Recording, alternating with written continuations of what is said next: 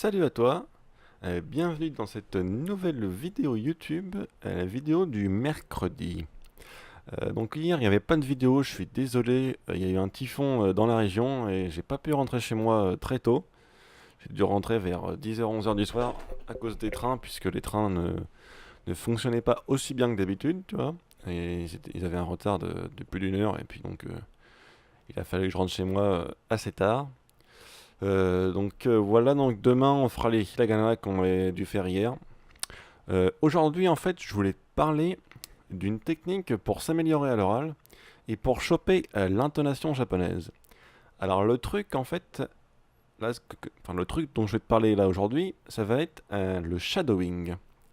Alors le shadowing, donc c'est l'anglais, hein. Tu l'as aussi en japonais, en katakana, shadowing. Et en fait, c'est une technique qui consiste à imiter un personnage dans une langue étrangère en fait. Par exemple, toi qui apprends le japonais, je sais pas, t'es fan d'un acteur japonais ou même d'un acteur américain, je sais pas, par exemple, t'es fan de Will Smith, tu vois. T'es fan de Will Smith, t'aimes bien ce qu'il fait, t'aimes bien ses films, et genre, je sais pas, t'es un fan de Independence Day, par exemple, tu vois, au hasard, un vieux film américain, et donc tu achètes le DVD avec le doublage japonais, et tu vas choper quelques bouts de phrases, quelques bouts de conversation, de dialogue de Will Smith, que tu comprends parfaitement, donc tu sais ce qu'il dit dans la conversation, et en fait, tu vas essayer de répéter ce que Will Smith dit. C'est-à-dire qu'en fait, tu vas l'écouter plusieurs fois, enfin, tu vas écouter plusieurs fois la même scène, et au bout d'un moment, tu vas enlever le son et tu vas jouer à la place de Will Smith. Donc le but du jeu, en fait, c'est d'imiter la bouche et d'imiter aussi les gestes, tu vois. De tout imiter et de faire comme si tu étais Will Smith qui jouait la scène, tu vois. Mais doublé japonais. Tu vas voir, c'est très marrant à faire. Et en plus, t'es pas obligé de le faire avec des amis, tu vois, tu peux le faire tout seul. Donc comme ça, t'as aucune honte à avoir. Tu fais ça dans ta chambre, tout seul, pépère. Tu mets la scène en boucle et t'enlèves le son et tu joues comme Will Smith. Et tu verras. Et d'ailleurs, en plus, je te conseille de t'enregistrer si tu peux. Comme ça, tu peux voir un peu les différences d'intonation que tu as avec le vrai personnage, tu vois. Et comme ça, tu vas pouvoir t'améliorer au niveau de l'intonation, au niveau de, comment dire, du rythme de la phrase, tu vois. Tu vas réussir à choper le rythme japonais, et d'ailleurs le rythme du doubleur de Will Smith, par exemple. Et donc le doubleur de Will Smith, tu vois, il a une voix assez grave, tu vois.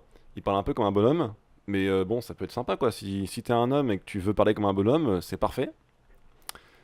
Et c'est parfait également, en fait, pour, comment dire, pour réagir naturellement en japonais à des situations, tu vois. C'est-à-dire que quand quelqu'un va te dire une phrase similaire aux personnages qui sont avec Will Smith, par exemple, donc qui sont avec ou qui sont contre, tu vois, enfin qui interagissent avec lui, et ben en fait, tu vas avoir la réaction de Will Smith, ou en tout cas une réaction similaire qu'il a eu dans le film, tu vois, souvent, et donc ça va te permettre de réagir naturellement, et par exemple, justement, selon la situation, tu vas parler beaucoup plus naturellement.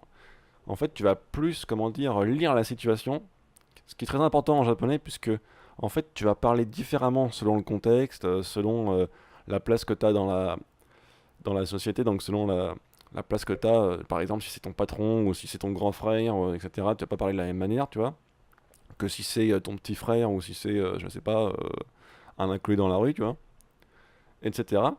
Et donc là, en fait, si tu arrives à choper par exemple l'intonation de Will Smith, tu vas avoir en fait une intonation naturelle, puisque ça va être l'intonation d'un acteur japonais qui souvent en plus articule super bien.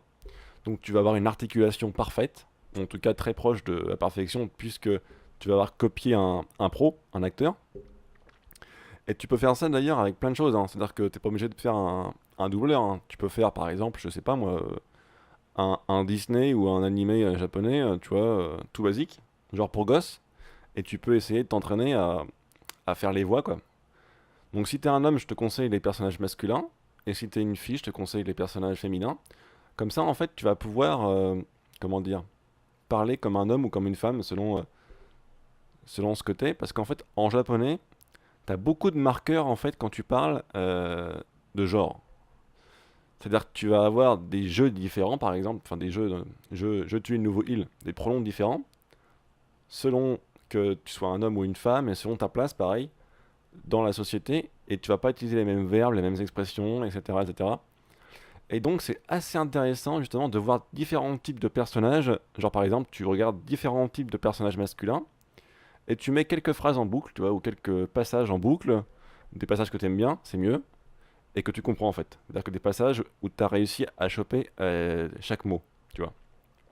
Si tu n'arrives pas à choper chaque mot d'un dialogue, tu peux demander à un ami japonais par exemple qui est avec toi, ou je sais pas, ou sur internet. Je ferai des vidéos sur comment trouver des correspondants facilement. euh, qui peuvent par exemple te mettre en japonais ce que dit le personnage de telle minute à telle minute, tu vois. Donc sur ce, voilà, je voulais parler de ça aujourd'hui. Une petite technique de shadowing qui moi m'a vraiment fait progresser à l'oral. J'étais vraiment pas très bon. En fait, j'avais un japonais un peu, comment dire, plat, tu vois, comme beaucoup de français. C'est-à-dire qu'on parle comme si on parlait français. Donc, souvent, vu que le japonais, ça a quand même, tu vois, des accentuations qui sont différentes d'ailleurs selon les régions, mais en général, les accentuations que tu as dans les DVD, dans les films, dans les séries, etc., ça va être l'accentuation de Tokyo en général. Sauf si la personne, tu vois, vient d'Osaka, etc., dans l'histoire, où la personne vient de la campagne, etc., le gars ou la fille d'ailleurs, va avoir l'intonation de sa région, mais sinon, en général, tout le monde a l'intonation de Tokyo, puisque en fait, c'est un peu le japonais officiel, quoi. Voilà, voilà. Sinon, si t'as aimé, si tu veux avoir d'autres techniques et que t'as aimé cette vidéo, tu peux liker la vidéo. Sinon, tu peux aussi t'abonner. Moi, je te dis à demain. Mata ashitane. Ciao, ciao.